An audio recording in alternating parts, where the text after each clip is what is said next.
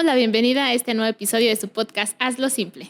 Un podcast de salud emocional en donde buscamos ver simple la complejidad de la vida. Yo soy Cointa. Yo soy Andrea y hoy les vamos a hablar de un tema que nos parece muy interesante, que tenemos por ahí guardado hace muchos meses, pero que Alex, nuestro productor, consideró que no era tan importante hablar de esto. Y después de algunas pláticas entre nosotras y de convencer a Alex, decidimos que era muy relevante hablar de cuál es la relación que tenemos cada uno de nosotros con la comida.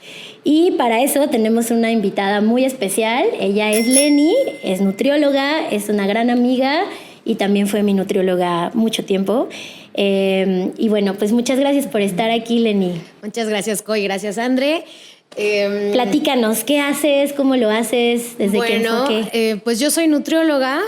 Hay un poquito de contexto. Yo hace unos años iba a tirar la toalla antes de ser nutrióloga porque un poco me decepcioné de la nutrición tradicional, la que nos explican, las que nos enseñan en la carrera, con la que todos salimos de la carrera, porque es una nutrición muy en la línea de la cultura de dietas, muy pesocentrista, son tantas tortillas al día, ¿no? Entonces, genuinamente llegué al punto de es esto, ¿no? O sea, esto es lo que es y no me gustaba, no me llenaba, no sentía que ayudaba realmente a la gente. Y entonces apareció la psiconutrición y la salud en todas las tallas y la nutrición no pesocentrista, no centrada en dietas. Y entonces dije, esto sí me gusta, esto sí siento que hace sentido, esto sí tiene un impacto genuino en la relación que la gente tiene con su alimentación. Y bueno, en fin, ese es mi enfoque. Así volví a querer a la nutrición. Así volví a nacer como una ave fénix de la nutrición. Y aquí andamos el día de hoy hablando de estos temas. Ay, qué padre que no tiraste la toalla. Muchas personas estamos agradecidas de eso. Y pues ahorita que hablabas de todas estas cuestiones de cultura de dietas y lo pesocentrista y tal, me gustaría empezar preguntándote, decías también que de la relación que la gente puede tener con la comida, como justamente, ¿qué es eso de la relación con la comida? Porque a lo mejor a nosotros nos suena como muy normal, como algo muy común, pero probablemente alguien como Alex pueda decir algo como, pues no, yo no tengo una relación con mi comida, o sea, es un mango, ¿por qué me relacionaría con esta fruta? Claro. ¿Cómo es eso? Bueno, la relación con la comida tenemos que entender que se crea desde el momento en que nacemos, ¿no? O sea, como desde literalmente nuestra primera conexión con el mundo fue nuestra madre, en el mejor de los casos, en una lactancia, que literalmente es comida, cabe recalcar, un alimento muy dulce, y, y si no fue una lactancia, pues fue comida. O sea, que lo primero que hicieron fue darte de comer, ¿no? O sea, no hay forma que alguien no tenga una relación, cómo conoce un niño el mundo, en fin, ¿no? O sea, todo tiene que ver con la alimentación. Y esta relación con la comida, pues se ve impactada por demasiadas cosas y sobre todo es por tu contexto. O sea, tu contexto sociocultural, tu contexto socioeconómico, tu contexto... Híjole, es que, o sea, todo. Incluso tu historia de vida. Y tu historia de vida tiene que ver con la historia de vida de tus cuidadores primarios, ¿no? O sea, porque muchas veces, ¿por qué alguien me ha pasado? Un paciente, es que odio el chayote. ¿Por? Mi papá. Es que de chiquita me obligaron a comer chayote. No odias el chayote, odias a lo que te recuerda este chayote, ¿no? O cosas así. O en mi casa justo nadie comía verduras, entonces a mí no me gustan. ¿Y ya las probaste? No, solo no me gustan. Entonces muchas veces esa relación con la comida tiene que ver con lo que has vivido, con lo que has aprendido incluso, y por desgracia, parte de nuestro contexto sociocultural es la cultura de las dietas. Entonces, esta cultura de las dietas se ha encargado de decirnos que hay alimentos buenos y malos, ¿no? Esta carga ética, moral, ante un alimento que no tiene sentido. Se han encargado de decirnos cómo se tienen que hacer las cosas, y si no las haces así, todo está mal y no eres una persona sana. Entonces, es complejo, pero absolutamente nadie nos libramos de tener una relación con la comida. Chueca, derecha, buena, mala, como lo quieras, pero todos tenemos una relación con la alimentación, con la comida. Y pues nada, es bien interesante ahondar en ese punto. Oye, Lenny, ahorita que estás hablando un poco como de lo bueno y lo malo, o lo que debería, o hemos entendido culturalmente que debería ser, ¿qué es comer saludablemente? Porque todos lo decimos. O sea, yo creo que come saludablemente, ¿no? ¿Y qué es eso? O sea, ¿cómo...? Sí, es interesante que lo digas porque justamente sí me pasa que llega gente a consultas y de yo como súper sano. Y es como... descríbeme qué es sano, ¿no? Y ya cuando lo escriben es como, mira, no está tan sano, ¿no? O sea, sí pasa. Entonces, una alimentación sana, pues se podría reducir en que es una alimentación que te brinda los nutrientes suficientes para mantener un estado de salud, para que si hay un estado de enfermedad lo puedas revertir, que te dé la energía. En el caso de ser mujer, es una alimentación que incluso te permita crear vida. Sin embargo, tenemos que tener muy claro que tenemos varios cuerpos, ¿no? O sea, tenemos nuestro cuerpo físico, nuestro cuerpo mental, nuestro cuerpo espiritual, y todos se nutren de diferentes cosas. En este caso estamos hablando de una alimentación sana para tu cuerpo físico, ¿no? Entonces, pues es una dieta que es variada, es una dieta que es completa. ¿Qué implica que es completa? Que no comes ni de más ni de menos, ¿no? O sea, que es como comes lo que tu cuerpo necesita para tu contexto, ¿no? No es lo mismo un atleta que alguien que no se mueve, no es lo mismo una mujer embarazada que un adolescente, ¿no? Entonces, o sea, esa es la respuesta como un poco larga, pero esa es una alimentación saludable. Y mucho de esa alimentación saludable también va a depender del contexto de una persona. O sea que ahorita que decías, está tu cuerpo físico, tu cuerpo emocional, tu cuerpo espiritual, pudiera ser que una dieta que es así como súper saludable para tu cuerpo físico no lo esté siendo tanto para tu cuerpo emocional. Por supuesto. Como ¿qué ejemplo podrías compartirnos de eso? Pues cuando alguien está muy obsesionado con comer muy limpio, ¿no? Y eso es algo, es bien delicado porque la sociedad en esta cultura de dietas lo aplaude. Y eso incluso puede caer en un trastorno de conducta alimentaria que es la ortorexia, que es esta obsesión por comer perfecto, súper limpio.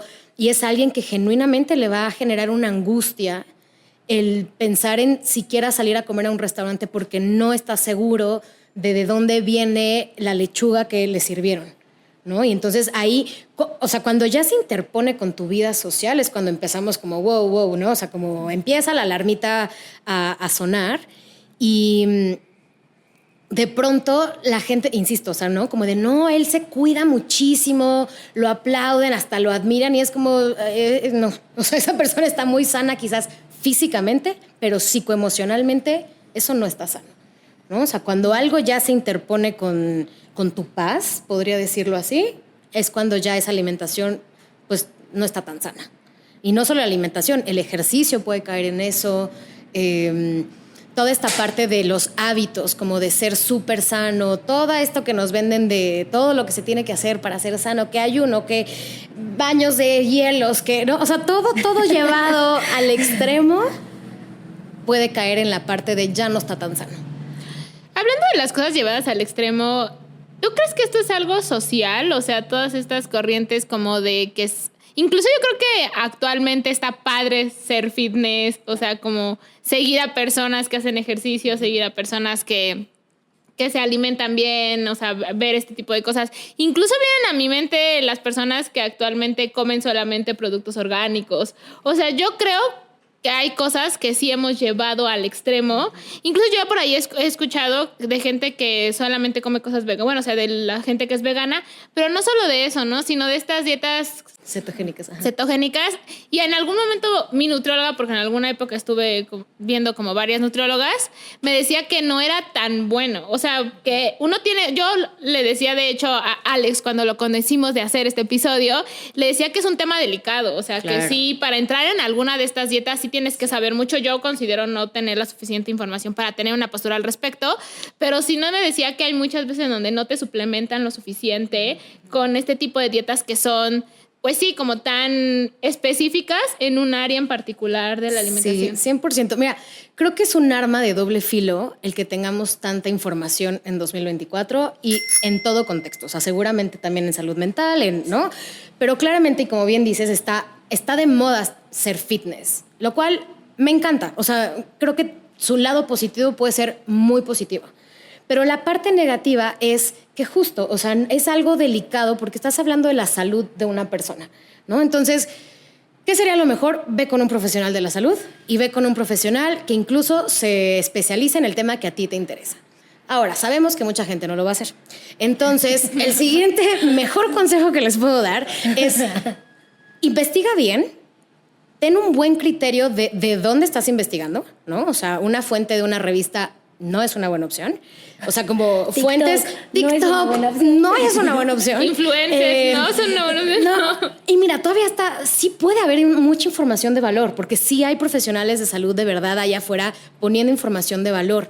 Pero siempre hay que cotejar que sí, ¿no? O sea, al menos 2, 3 fuentes que coincidan y que a ti te parezcan coherentes, legítimas, ¿no? O sea, esta parte me parece maravillosa. Entonces, el siguiente consejo es busca información, exhaustivamente, y si aún sientes que no tienes el suficiente conocimiento para hacerlo, vuelve al punto 1, acude a un profesional de la salud, ¿no? Porque sí puede llegar a tener consecuencias de salud importantes llevarte a un extremo, por ejemplo, en una dieta cetogénica, ¿no?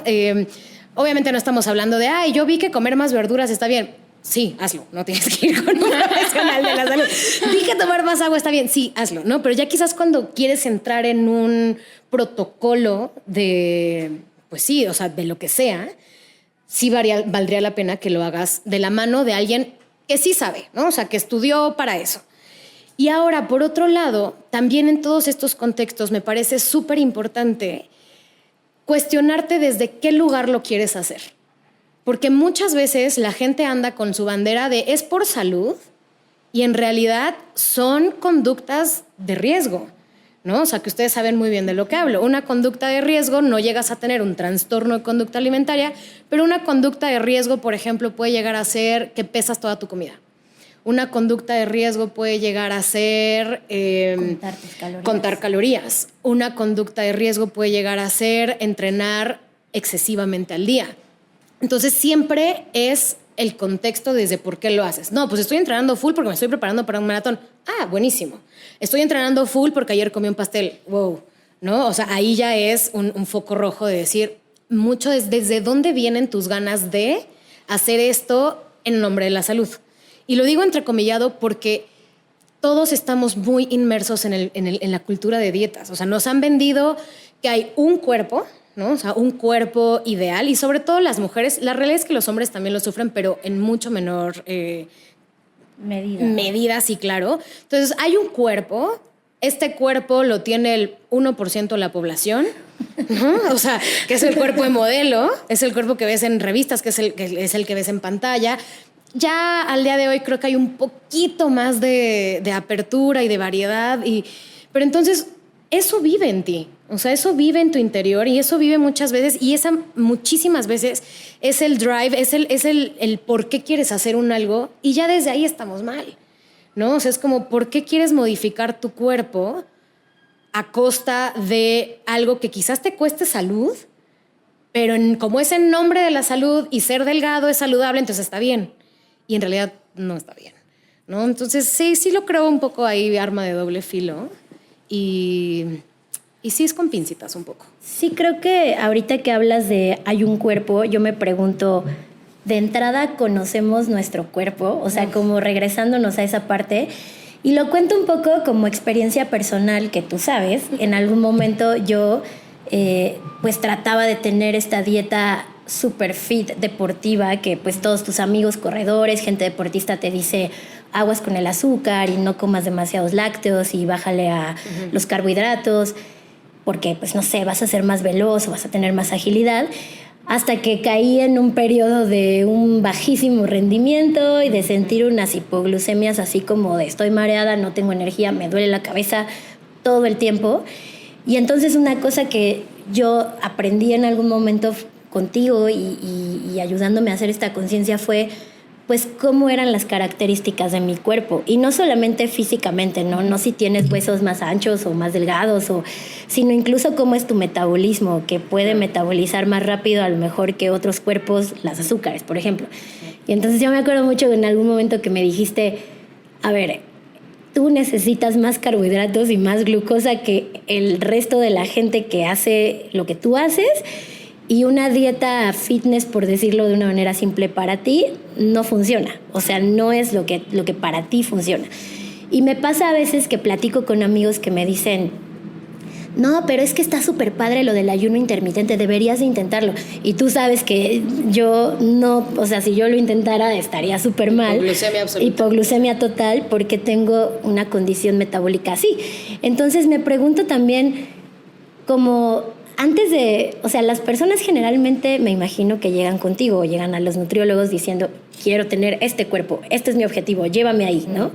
Pero de entrada a veces ni siquiera saben cuál es el tipo de cuerpo que tengo, claro, o qué enfermedades de base puedo tener, si traigo algo de tiroides, si tengo un tema. Entonces, no sé, ¿cómo trabajas tú con esta parte o qué sugieres en esta parte de...? Y Lenny con su cara de bueno. Bueno, bienvenidos a mi podcast.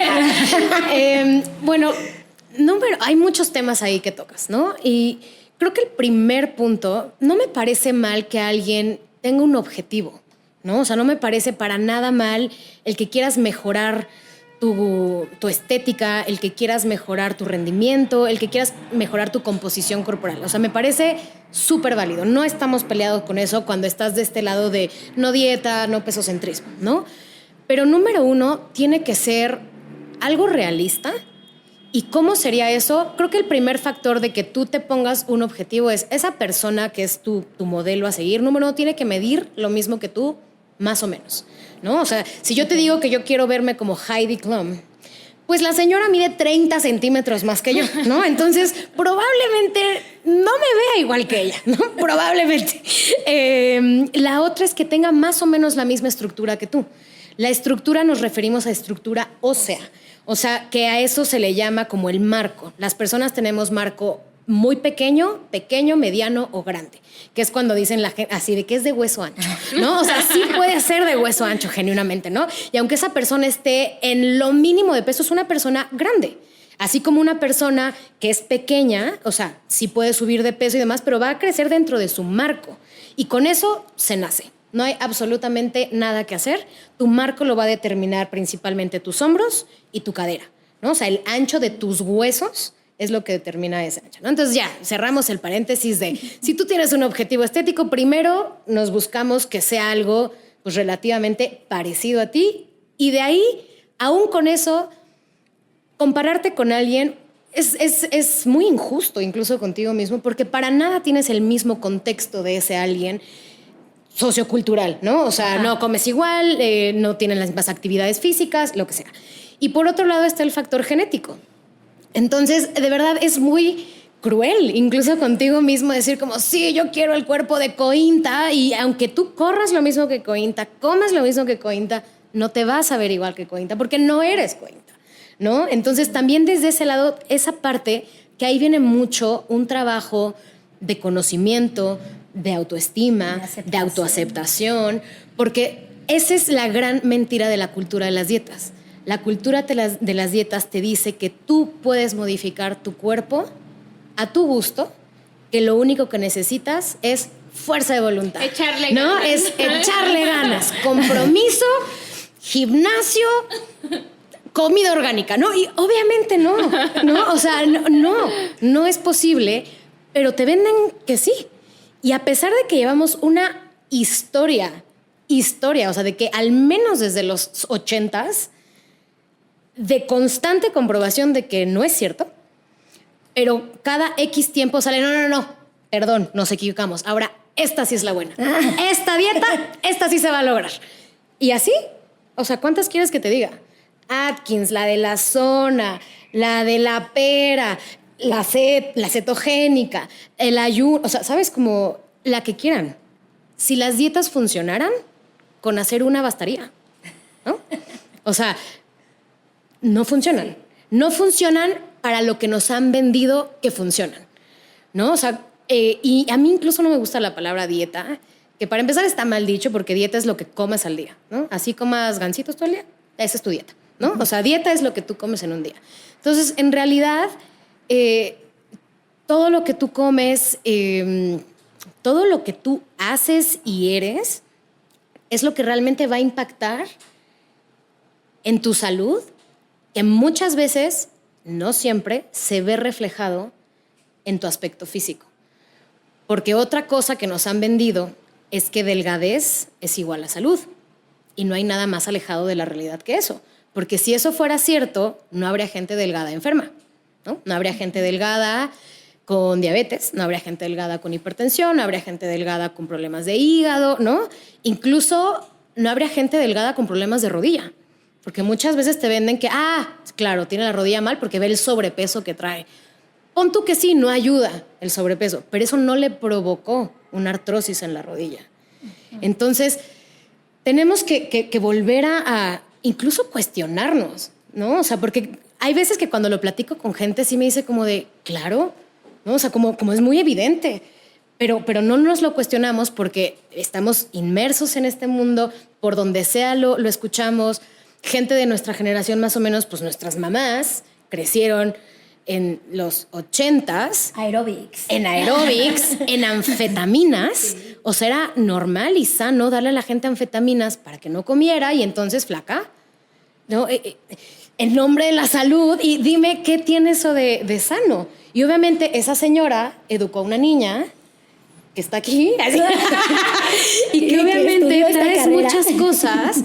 A mí me queda claro que yo estudié nutrición por todo el contexto también que yo viví, de que mi mamá claramente estaba pues muy ocupada de su peso, ¿no? Y de ser delgada. Y ella incluso me cuenta una historia de que el día que le cayó el 20 de que estaba todo mal era porque yo iba en kinder y alguien me ofreció no sé qué y que yo dije, no, porque eso engorda.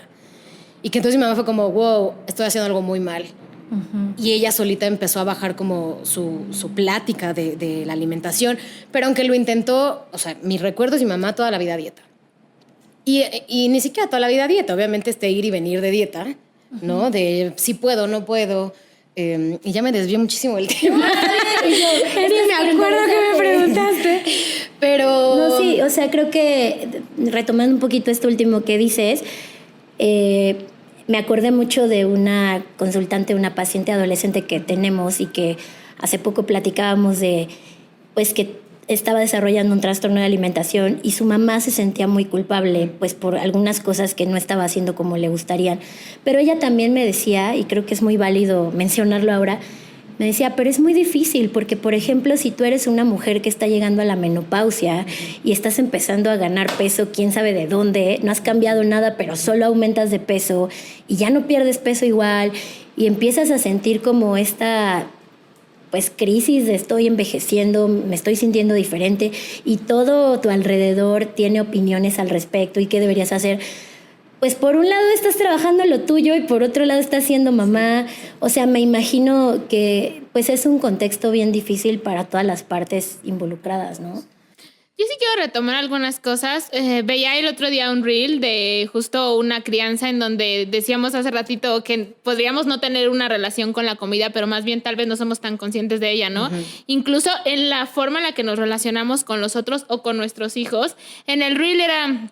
una mamá que le contestaba a su hijo cosas como que para todos se nos hace bien, ¿no? Como el postre no es después de las verduras, ¿no? El postre es hasta el final. Está mal comer más de 3 dulces. Entonces repetía frases que todos hemos crecido con ellas, ¿no? Que todos hemos repetido de manera cíclica y que justo cuando veía el reel decía algo así como, y esta es la educación alimenticia que le estamos dando a nuestros hijos y que seguimos perpetuando cada uno de nosotros todos los días cuando hacemos cosas como, está mal no terminarte el plato. O no comiste lo suficiente, porque muchos papás son así como, no, termínate todo lo que te sirvieron.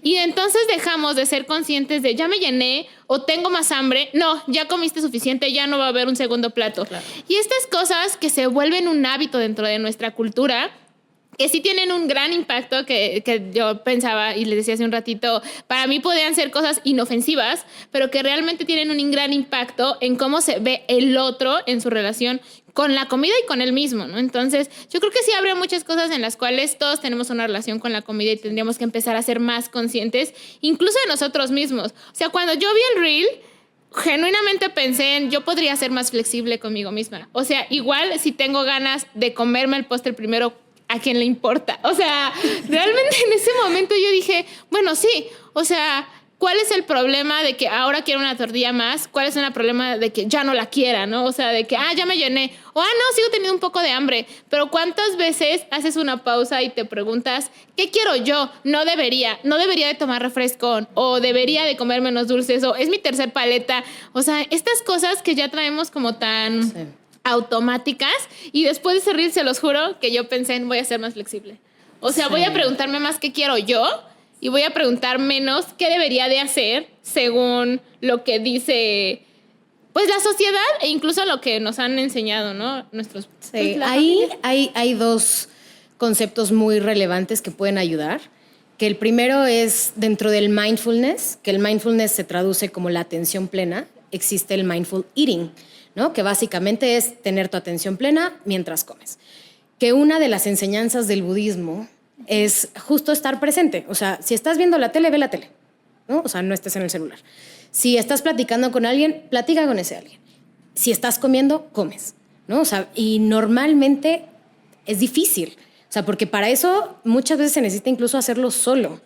Porque si estás comiendo con alguien, probablemente estás platicando. Y si estás platicando, aunque sea algo sano, no estás presente en la comida. Es una realidad. No es que esté bien o mal, solo es una realidad. No estás tan presente con la comida. ¿En qué sentido? ¿A qué sabe? ¿Cuál es la textura? Las temperaturas. Esa es una forma, ¿no? de hacer mindful eating. Literal, poner la mayor... Casi que como sommelier, ¿no? Así de que dime qué ingredientes trae este picadillo.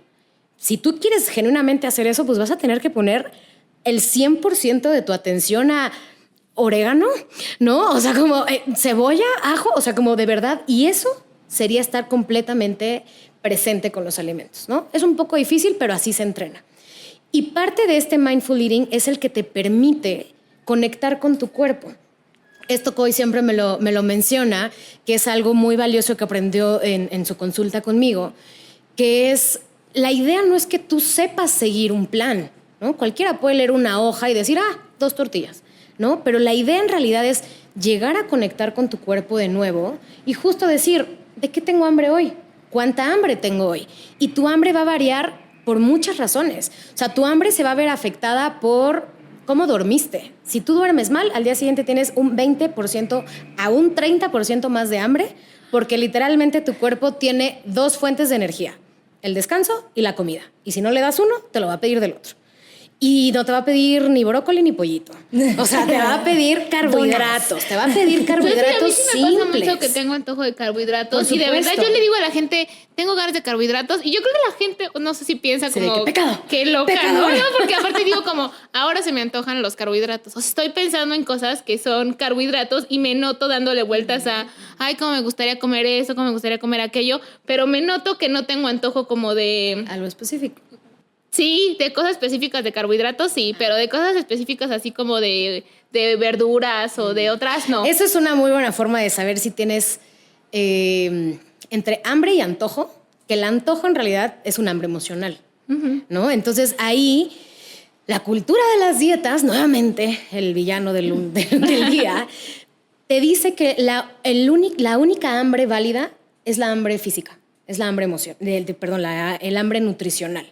Que el hambre emocional es como, no, un chicle, distráete, un té, vete a caminar. No estoy muy conectada con el antojo de todo en la vida. Pero la realidad es que los antojos son maestros. Son maestros que te vienen a mostrar algo.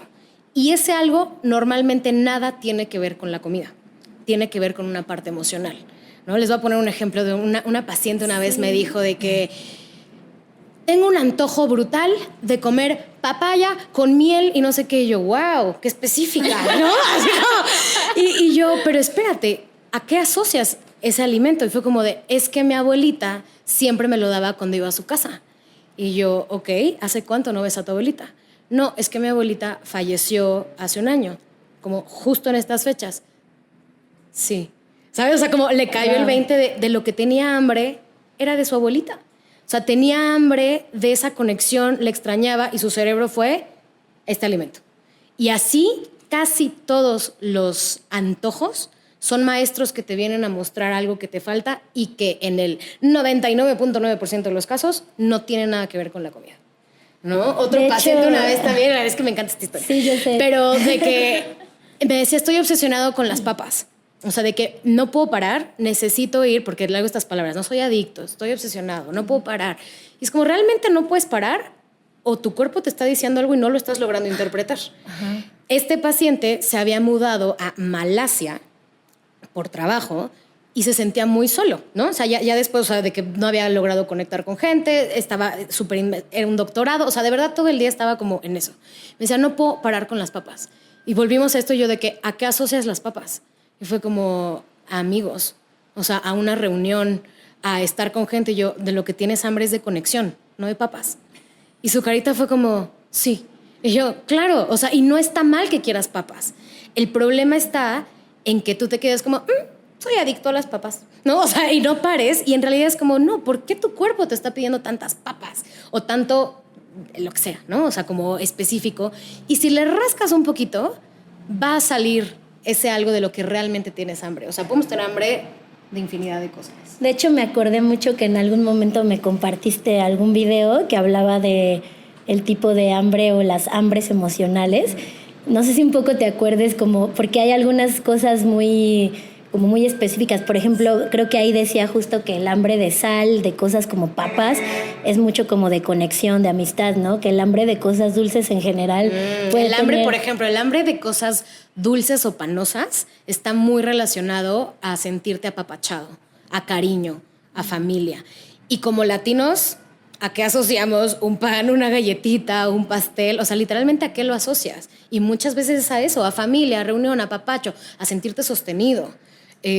Las cosas picantes normalmente se asocian a tener ganas, hambre de aventura en tu vida. O sea, como de me siento súper en la rutina, necesito salir, adrenalina, literal, se puede asociar a eso. Hay muchas cosas. De verdad, los antojos. Y si tú estás metido en esta cultura de dietas de no, esto está mal, ¿cómo se me va a estar antojando un carbohidrato? Lo callamos, vamos por una galleta sin nada, ¿no? Que sabe a cartón, y vámonos, ¿no? Y me lavo los dientes y seguimos. Y es como, ok, no te comiste la galleta, pero tu hambre genuina sigue ahí y va a regresar, porque esa hambre no se va. Y entonces, ahí es cuando la nutrición mucho más profunda, que así la veo yo, como esta psiconutrición o demás, me parece muchísimo más relevante y que puede llegar a tener un impacto mucho más positivo, porque el tema es que tú a la vida vienes con herramientas, ¿no? Y la primera herramienta que tenemos es la comida. O sea, siempre está ahí, la vieja confiable, ¿no? Siempre es, o sea, la comida no te traiciona, la comida siempre está disponible, la comida siempre está ahí. Y siempre es una opción, pero lo importante es que voltees a ver que tienes otras opciones, ¿no? Si, por ejemplo, tú lo que tienes es hambre de conexión, como en el ejemplo de mi paciente, ¿qué crees que te funcione más? ¿Pararte a comer unas galletas o hablarle a un amigo? Si tu hambre genuinamente es de conexión. O ir a comer con un amigo, ¿no? O sea, realmente cuando tú logras identificar de qué tienes hambre, pues es más factible que des la solución verdadera a solo intentar calmar esa hambre o ese vacío, que luego así lo traducen, con comida, que obviamente no. Ahora, estás solo en Malasia, pues cómete las papas. O sea, ¿sabes? Como no hay otra opción. Y quizás ya vas, poco a poco. O sea, claro, ya que lo viste, entonces igual bueno, entonces quizás voy a empezar a tener terapia a distancia, me voy a inscribir en una clase de baile, pero el primer paso es ver de qué tienes hambre y no está mal que acudas a la comida como una solución. El detalle viene cuando solo tienes la comida como tu única herramienta y única solución a todos tus males. Pobre comida, queremos que solucione todo, ¿no? Sí, y pues porque un poco funciona como cuando en una relación solo tienes esa relación. Exacto. Como, no sé, tienes un novio y solo es tu novio, no tienes amigos, no tienes trabajo, y como que le pones toda la carga de tu felicidad a esa relación. Totalmente. Y pues se arruina al final, ninguna relación puede con todo. Entonces, como bien lo dijiste, ¿no? Ni la relación con la comida, o sea, sí. Ninguna relación puede con todo, tal cual. Oye, Lenny, otra cosa que me gustaría que pudiéramos romper o desmitificar es, hace muchos años, cuando tenía como 17 años, me diagnosticaron prediabetes. Entonces, mis papás los amo, pero bueno, no siempre hacen las cosas increíbles los papás de todos. Me llevaron a una nutrióloga que yo recuerdo que fue mi primera experiencia y que era súper restrictiva. O sea, súper así de verdad, de que no podía comer carne ni pollo. O sea, solo comía verduras, literalmente solo comía verduras y huevo. Y lloraba aparte, porque aparte yo estaba en la edad de la pubertad en donde odiaba a mis papás por estarme haciendo esto, claramente, ¿no? No era un tema como de mi peso, sino que sí tenía muy alta mi insulina y entonces los doctores le dijeron a mis papás que si algo no cambiaba, como que yo tenía un problema metabólico, no era un tema de alimentación porque realmente yo estaba en peso, ¿no? O sea, yo medía unos 70 y pesaba 60 kilos, entonces realmente no era un tema como de mi peso en particular. Retomamos que delgadez no es igual a salud. Exacto. Y me veía si realmente no era algo que necesitara como ser diferente, pero pues mi salud física no era como la más apropiada porque ya me explicaron que mi insulina no estaba como siendo registrada correctamente y tenía mucha, entonces que necesitaba tomar como un medicamento que me ayudara con la cantidad, 100%. con la cantidad de insulina que era quemada por mi sangre. Bueno, entonces el punto era que yo estuve en una dieta súper restrictiva en la que estuve como 1 año y medio, yo creo, hasta que me dieron de alta. Fue horrible. Seguro. O sea, te lo juro que fue horrible, porque aparte no podía comer tortillas, solo podía comer sanitas. No podía comer ninguna fruta que no fuera manzana y papaya. Y eso porque la papaya me la habían ultra permitido, así como que bueno. Claro. Y aparte la chica que era mi nutrióloga era una chica que yo creo que pesaba como 30 kilos, porque de verdad era así súper. Hermana. Y de verdad que, y no te creas que fue así como la nutrióloga de la esquina. En aquel entonces yo había pasado por muchos médicos y me atendía en el Ángeles del Pedregal. Entonces, para mis papás, pues era como un hospital de renombre, claro. Y era una buena nutrióloga y lo que cobraba por las consultas para mis papás era algo que decían como, bueno, pues esta de ser buena porque claro, pues por lo que pagamos por las consultas, bueno. Y la verdad es que sí, me ayudó mucho en mi salud física, o sea, yo empecé a sentirme considerablemente muy diferente, pero me pongo a pensar en a qué costo, o sea, a qué costo físico, a qué costo mental y también a qué costo económico. O sea, yo me acuerdo que mis papás compraban estos yogurts griegos de marcas muy específicas, que ahora no los voy a mencionar porque los he visto igual en el y nos súper. patrocinan. No, los he visto en el súper y me acuerdo, o sea, me acuerdo de ese yogur que sabía horrible. O sea, me acuerdo de esas cosas en donde solo comía el cereal. O sea, me acuerdo que en las dietas que me daban estaban las marcas permitidas, como el pan Bimbo del Solo Cero, no había ningún otro permitido. Entonces yo pienso y digo, ahora entiendo por qué creemos que estar a dieta o verte así, porque de verdad yo creo que pesé como al menos unos 10 kilos menos que ahora, que considero que que estoy en un peso en el que me siento cómoda, pero sí yo creo que llegué a pesar 10 kilos menos que ahora. ¿A costa de qué, no? Y yo, bueno, recuerdo que afortunadamente esa época terminó, después probamos con una siguiente nutrióloga que era mucho más laxa. Actualmente pasé un tercer periodo con una en donde me fue muchísimo mejor y a lo largo de 10 años después pude desarrollar una flexibilidad que me costó mucho trabajo dejar, que esa es otra de las cosas. Me costó mucho trabajo salir de ahí y estar en una época en donde hoy soy más intuitiva y ya no cuento la cantidad de tortillas, porque me acuerdo que me decían cosas como, si te comes una tortilla en el desayuno, ya restaste la de la comida. Si te comes 2 tortillas en el desayuno, en la comida te toca una. Así te quedes con hambre. Y si te comes 3 tortillas, porque tenía 3 tortillas permitidas al día, todavía me acuerdo. Y decía, si te comiste 3 tortillas... ¿Ustedes creen que se traumó, amigos? O más o menos. Ya han pasado esto 12 años. Eran 3 comidas 3 tortillas en el desayuno y en la comida me la comían con mi tenedor y mi cuchillito, así como... Hay muchas cosas mal en esta historia, ¿no? Sí. Bueno, número 1, esperemos que a 10 años, 12 años después esa nutrióloga ya haya evolucionado en su práctica, número 1. Y número 2, y esto es un disclaimer que probablemente no sea el más popular, pero es muy cierto que hay muchos nutriólogos con trastornos de conducta alimentaria. Sí. O sea, demasiados, podría yo decir. Mismos que más bien yo creo que hacen bastante mal, o sea, bastante daño, porque obviamente alguien que tiene estas creencias para sí mismo, pues eso te va a enseñar, ¿no? O sea, te va a enseñar la restricción, te va a enseñar desde la misma rigidez con la que ellos viven. Y muchos ni siquiera están diagnosticados porque, bueno, nuevamente, ser delgado y ser súper estricto con la comida es muy aplaudible en esta sociedad. A nadie le salta así como de, oye, ¿y no estará mal ese nutriólogo que pesa todo y se ve súper flaco y no? O sea, no como, es nutriólogo, ¿no? Entonces, ese es algo muy importante. Luego, no porque alguien tenga una cédula, quiere decir que es un buen profesional de la salud y aplica para todo. Psicólogos, nutriólogos, médicos. O sea, por eso yo sí creo que esta parte positiva, retomándolo de hace rato, de toda la información que hay en redes, me parece muy valiosa. Porque también hacerte cargo de tu propia salud, o sea, puedes cuestionar a un médico. Gente, por favor, pueden cuestionar a los médicos. Como de, ¿pero por qué? ¿Dónde? Yo leí esto, yo escuché tal. ¿Tienes algún estudio, una fuente que me diga que? ¿No? O sea, eso me parece muy valioso. Entonces, número 1, saber que no cualquier profesional de la salud es necesariamente bueno para ti incluso. En ese contexto específico, si tú tienes un problema metabólico, para empezar, un nutriólogo tiene sí o sí que llevarlo de la mano con un médico, porque muy probablemente ya necesites ayuda de algún medicamento, ¿no? O sea, como algo más, y que nada tiene que ver con ni delgadez, ni tu peso, ni probablemente sí tenía que ver con tus hábitos, ¿no? Porque luego eso le pasa a la gente delgada, como no engordan. ¿Cuántos no conocen a una persona delgada que no mueve ni un dedo, que vive de nuggets o de café y coca, pero como no engorda, todo se tú come así porque tú puedes, ¿no? Y es como, no. O sea, esa persona puede estar con resistencia a la insulina, eventualmente puede desarrollar un problema cardiovascular, ¿no? Entonces, quitémonos ya de eso.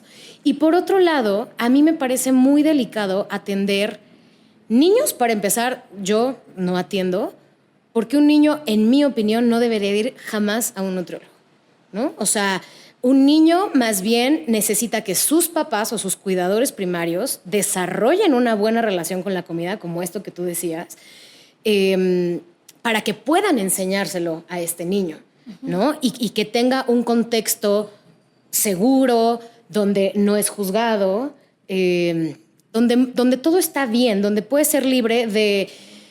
De verdad no saben cuántos pacientes tengo que me cuentan de que sí, de chiquito me cerraban la alacena, así con llave, y entonces obviamente desarrollan esta parte de, no, entonces yo me robaba las galletas, me las llevaba a mi cuarto, las comía escondidas, y así es como se empieza a desarrollar una mala conducta con la alimentación.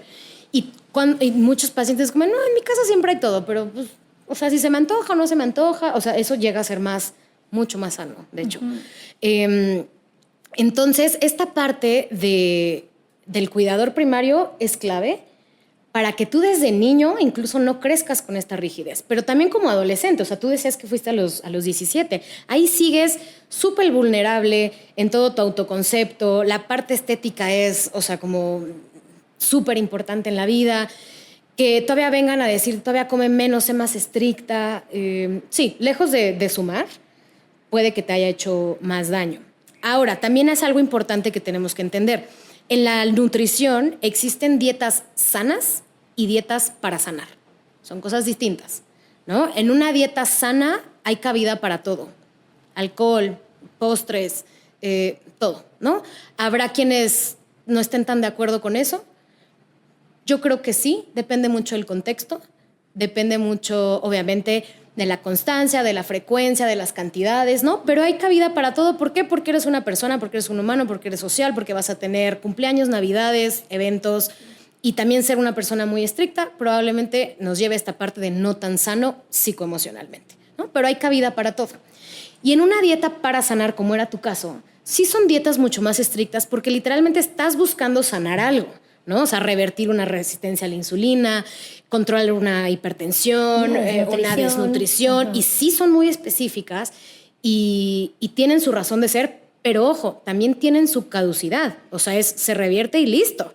Y ya de ahí más bien tenemos que buscar que migres a este lado, donde puedas estar en una dieta sana, donde hay cabida para todo. Quizás tú que tienes este antecedente con un poquito menos de espacio, ¿no? de maniobra, pero hay espacio de maniobra, ¿no? O sea, eres una persona que puede disfrutar de los placeres de la vida sin dejar de ser sana, ¿no? Porque recordemos que para estar sano es algo muchísimo más complejo que solo qué comes, ¿no? Para que tú estés sano es, volviendo al tema de los cuerpos, tú tienes un cuerpo físico, mental, emocional y espiritual. Entonces, tu cuerpo físico se alimenta de qué comes, pero si te mueves, pero cómo duermes, cuánto músculo tienes, entrenas, tal. Tu cuerpo mental se alimenta de literalmente lo que entran, qué lees, qué escuchas, qué ves, toda esta información que entra a ti, ¿no? O sea, qué ves en redes sociales, ¿no? Todas estas cosas. Tu cuerpo espiritual, pues tal cual de tu relación con lo que sea en lo que tú creas. y tu cuerpo el emocional, de todas tus relaciones sociales, que eso incluye tu familia, pero tus amigos, pero tu trabajo. Entonces, para que tú seas una persona sana, es todo eso.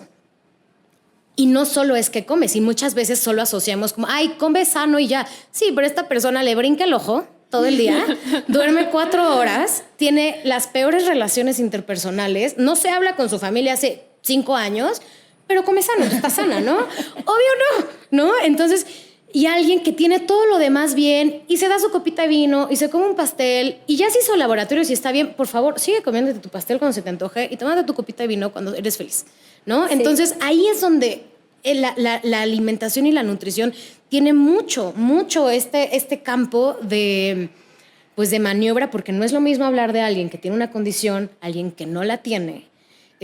Tampoco es lo mismo alguien que es mamá, a un adolescente, ¿no? O sea, la palabra es bioindividualidad, ¿no? O sea, la nutrición, al ser una ciencia humana, pues no es exacta. Y aunque haya pautas generales a seguir, es un poco lo mismo, supongo, que en la psicología. O sea, el contexto de cada persona es extremadamente particular y por eso la atención es única para cada persona, porque no hay 2 personas iguales. De hecho, ahorita que lo decías, me llevas a un tema que no quería dejar de tocar, que es el tema del intestino y la microbiota, ¿no? Porque justo vi este documental que vamos a recomendar aquí sobre el intestino, que se llama algo así como... No me acuerdo. Descubre... Bueno, está en Netflix y aquí va a aparecer seguramente. Y algo que me impresionó mucho es, bueno, que hablaba de que el intestino es nuestro segundo cerebro. Uh-huh. Pero sobre todo algo que yo no tenía tan claro es que la microbiota, que entiendo que es como esta comunidad de bacterias que viven en tu intestino, es única. O sea, que la tuya y la de Andrea y la mía son diferentes y que dependen de las experiencias que has tenido, los países que has visitado, las cosas que has probado desde que naciste. Y no es algo que puedas decir como, la microbiota humana. No. O sea, es la microbiota de cada quien. Entonces... eso se me hace impresionante porque es como todo un bosque diferente en cada quien. Y te voy a hacer la misma pregunta que tú me hiciste fuera del aire y te la quiero devolver a ti sobre... ¿Tú qué crees que es primero? Yo no tengo la respuesta, como el huevo o la gallina. O sea, justo ahorita decías, está esta persona súper fit, pero que se lleva súper mal con su familia, no tiene amigos. Y de repente pienso, ¿será que la manera en que come, no sé, a lo mejor está restringida de glucosa y entonces está como de malas todo el tiempo porque no tiene como la suficiente 100%. Glucosa? Enséñame a alguien a dieta que esté feliz. Que esté de buenas, que esté de energía. Algún meme vi un día así como de estoy haciendo la dieta keto y he logrado así como pelearme con todas mis amistades y estar de malas con todos, ¿no? En la keto entrar a cetosis, sí. Sí, no, o sea, yo he tenido hipoglucemia y quiero matar a todos. Entonces, ¿qué es primero? O sea, es como tienes una microbiota increíble y entonces tienes una buena autoestima o al revés. Y bueno, cuéntanos un poquito de tu perspectiva del intestino. El tema del intestino es interesantísimo y podríamos decir que está un poco en pañales. O sea, de verdad a mi parecer, es el futuro de la salud. O sea, todo va... No hay enfermedad o condición que no esté relacionada con tu intestino de una u otra manera. Entonces, el intestino es como... hay que cuidarlo. Y los mexicanos no somos muy buenos con eso. Basta entrar a una farmacia y ver el anaquel así de gastritis, inflamación, colitis, ¿no? Todo mal en México en ese sentido. Pero sí, el intestino es una cosa vital. Y esto, que seguramente tú lo sabes, tenemos muchas más conexiones neuronales en el intestino que en el cerebro. O sea, la mayor cantidad de tu serotonina y de tu dopamina se generan en tu intestino, no en tu cerebro, no en ningún otro lado. Tu sistema inmune, el 80% está en tu intestino. Entonces también, si eres alguien con alergias, si eres alguien que se enferma seguido, voltea a ver tu intestino. ¿Y cómo lo volteas a ver? Te inflamas, vives inflamado, tienes diarrea seguido, cómo vas al baño, vives en gases, estreñimiento. la gente lo normaliza tanto. O sea, es impresionante como de pregunta de consulta, ¿no? ¿Y qué también vas al baño? Pues normal. Pues unas 2, 3 veces a la semana no tan bien. Y normal. Y yo, ¿normal para quién? ¿No? O sea, como eso no está bien. Tú una vez me dijiste que podían llegar a ser hasta... Puedes llegar a tener varias evacuaciones. O sea, lo normal podría ser hasta 3 evacuaciones al día. Hasta 4 al día pueden ser normal. Lo normal en realidad es más hacia la consistencia de las evacuaciones que la frecuencia, ¿no? Porque 5, 10 de diarrea no está bien. No está bien. No, más bien, o sea, tiene que ver con... ir al baño es como sacar la basura. No produce la misma basura una casa de una persona que de 6, ¿no? Que sería el equivalente a no produce la misma basura alguien que hace 2 comidas al día que alguien que se la pasa comiendo todo el día, ¿no? O sea, no es lo mismo. Entonces, lo más relevante es la cuestión de qué tan bien, qué tan sencillo, qué tan doloroso, qué tan buena consistencia, etcétera, ¿no? Tema para otro podcast. Sí. Pero el punto del intestino es vital. Y la forma, vean, de verdad, si vean el documental, vale muchísimo la pena. De lo principal y lo más rescatable es que necesitamos que una dieta sea muy variada. Porque el número de tipos de fibras y de alimentos y de nutrientes y fitonutrientes y etcétera es lo que provoca mucho de la diversidad en tu intestino. Y a mayor diversidad de la buena, pues mejor salud, ¿no? En general, porque es mejor salud intestinal, pero mejor salud intestinal implica mejor salud general.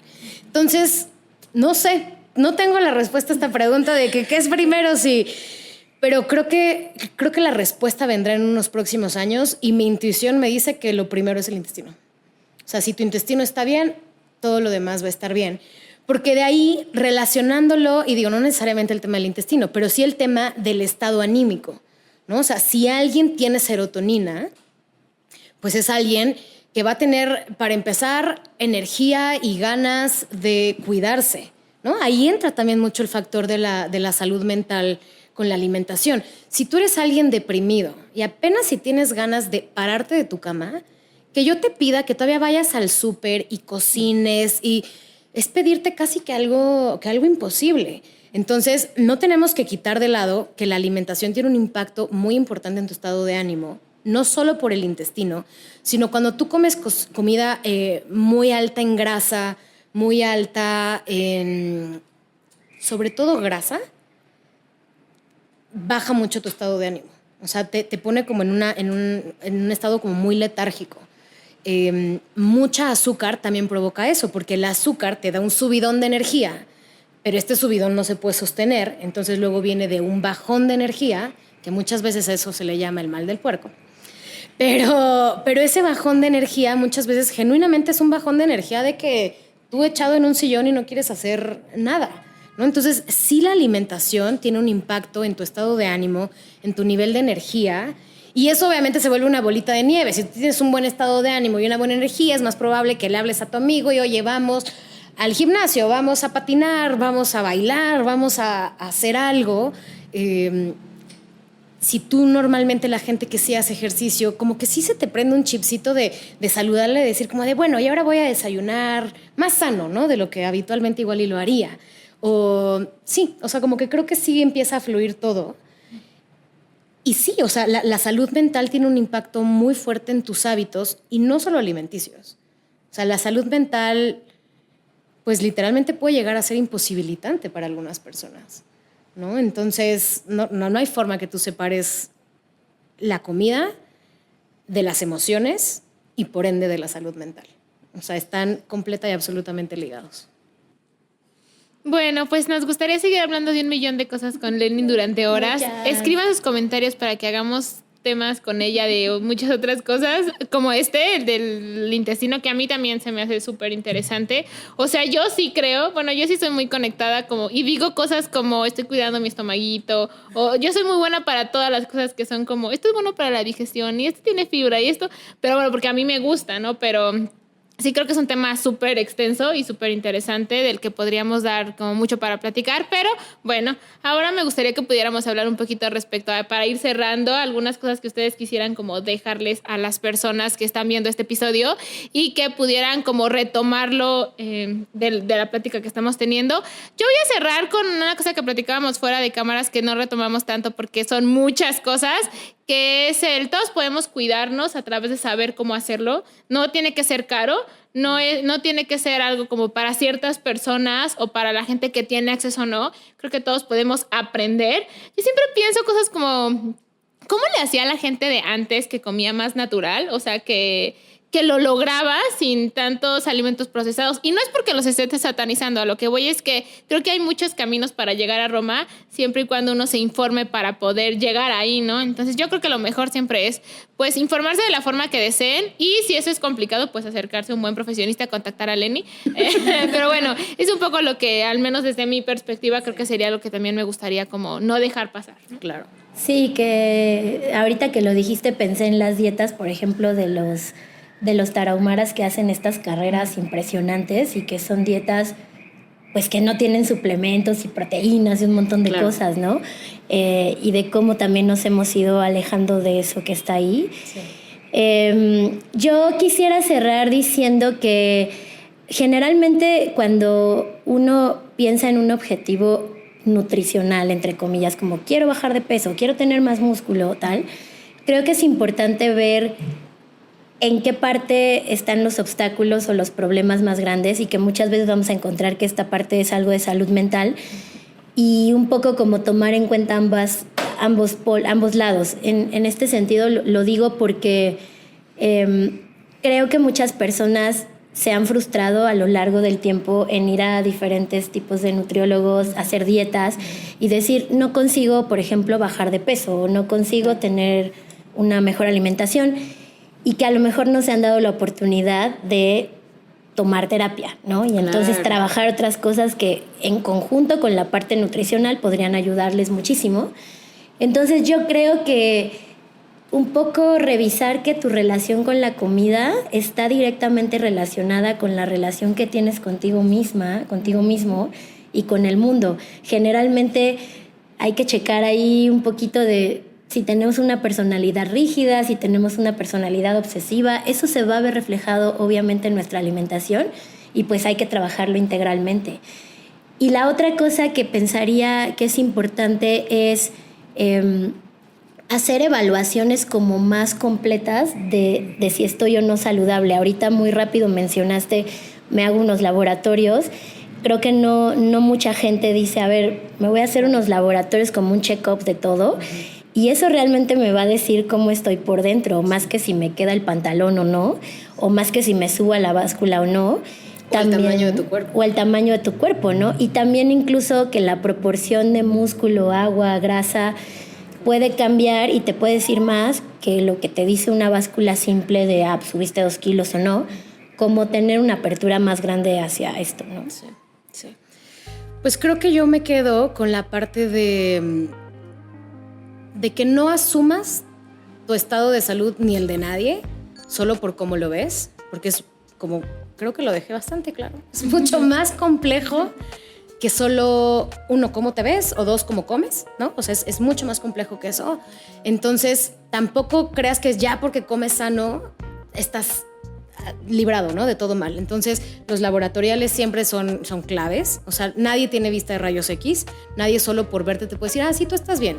Yo te puedo decir, todo suena a que está muy bien, pero la única forma de saber si realmente hay algo o no, pues sería ver estudios de sangre, ¿no? O sea, eso por un lado que sí me parece muy relevante. La idea de un check-up es justo que si algo está mal, lo caches lo más a tiempo posible, ¿no? O sea, siempre les pongo el ejemplo de ¿cómo preferirías darte cuenta que tu suéter favorito se rompió, ¿no? Cuando apenas tiene un hoyito, cuando ya está rasgado, pues no, obviamente lo más a tiempo que lo puedas, ¿no? Como arreglar, siempre va a ser nuestra mejor opción. Eso, y la segunda sería, sí, retomo el tema de revisar desde qué lugar haces muchas de las cosas que haces. O sea, como cuestionar esta parte de cultura de dietas que se mencionó en varios puntos del programa. Y si tú te das cuenta que muchas de las cosas las haces por miedo a engordar, por miedo a no tener este cuerpo que se te ha vendido, por miedo a incluso lo que viene de si esto pasara, ¿qué? ¿No? Entonces ya no me van a querer, entonces ya no soy alguien deseable para el mundo, ¿no? Y podemos entender muy bien de dónde viene, porque es una realidad. O sea, en esta sociedad gordofóbica, sí, es cierto que la gente, o sea, sí hay un privilegio de la delgadez. Eso es una realidad. Entonces, pero lo más relevante es ver tú desde dónde estás haciendo lo que haces, cuestionarlo. Y si algo te salta, pues justo buscar la ayuda profesional desde un lado psicológico, desde un lado nutricional. Pero repito, no cualquier nutriólogo, porque si caes con un nutriólogo que sigue en este contexto de dieta, solo va a perpetuar las ideas que tú ya traías y probablemente te haga más daño que bien. Entonces, creo que con eso yo me quedaría. Como si algo se llevan de hoy, que sea Si eso, por favor. Si llegaron hasta aquí. Y no quitaron nuestro episodio como Alex lo hubiera hecho. Y cuiden su intestino, por favor. Lenny, si alguien quisiera buscarte para tener alguna consulta, o no sé. El mail y mi contacto, Ok. que es WhatsApp, ahí agendamos todo. Y lo podemos compartir Y aquí estará abajito. aquí. Sí. Muchas gracias, Lenny. Un placer. Y yo espero que podamos invitarte, bueno, más bien que puedas aceptar nuestras invitaciones Seguro. futuras, porque creo que hay muchos temas de los cuales hablar. Oh, sí. Y pues les invitamos a que sigan nuestras redes sociales del podcast, que le den ahí en la campanita para que les avise cuando hay un nuevo episodio, que es cada 15 días. Y, perdón, cada mes. Y que es cada mes. Dejen sus comentarios también para que sepamos qué tema les interesa. Dudas, preguntas, pues también nos ayuda mucho su retroalimentación. Así es, y también que sigan las redes sociales de nuestra clínica, en donde ofrecemos terapia psicológica también enfocada en trastornos de la conducta alimenticia de todo tipo. Muchas gracias y hasta la próxima. Gracias. Gracias. Gracias, chicas.